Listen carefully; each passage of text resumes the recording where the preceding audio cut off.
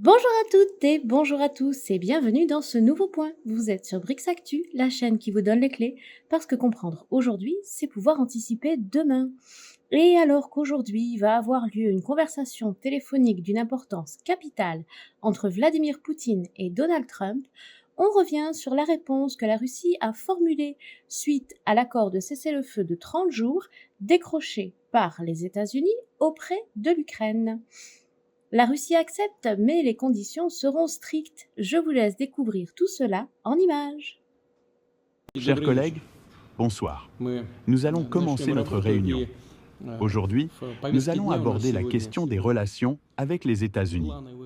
Nous savons que la nouvelle administration américaine, sous la présidence de Donald Trump, tente de rétablir des relations qui avaient été pratiquement réduites à néant sous l'administration précédente.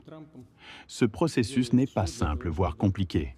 Mais néanmoins, comme vous le savez, j'ai eu une conversation téléphonique avec le président Trump.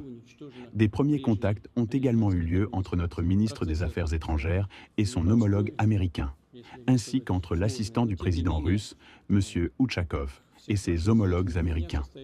En général, la situation commence à évoluer. Nous verrons ce qui en découlera. Aujourd'hui, nous allons discuter de ces questions. Nous avons avec nous Sergueï Lavrov et Sergueï Narishkin, qui interviendront également. Mais avant de commencer, je tiens à évoquer une demande qui nous est parvenue.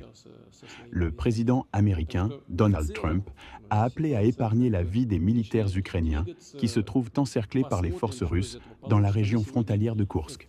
Concernant cette requête, nous rappelons que ces combattants ukrainiens ont commis de nombreux crimes contre des civils dans les zones de conflit. Ces actions, comme je l'ai déjà mentionné, sont qualifiées d'actes de terrorisme par le parquet général de la Fédération de Russie.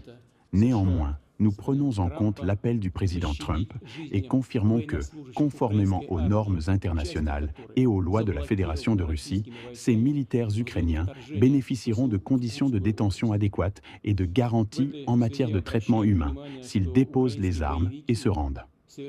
Pour que cette requête puisse être mise en œuvre efficacement, il est nécessaire que le commandement politico-militaire ukrainien prenne les mesures appropriées, donne l'ordre à ses unités de cesser les combats et d'accepter les conditions de reddition. Voilà les amis, c'est tout pour aujourd'hui. N'hésitez pas à retrouver ces informations, mais beaucoup d'autres également, sur notre canal Telegram Brix Actu, 24 heures sur 24 et 7 jours sur 7. Le lien est dans la description. Likez et partagez cette vidéo et laissez-nous un commentaire pour nous dire comment, selon vous, la situation va évoluer. N'hésitez pas également à vous abonner à la chaîne pour pouvoir profiter de nos analyses, de nos points et de nos récaps de la semaine. Quant à moi, je vous dis à très vite et n'oubliez pas, carpe diem.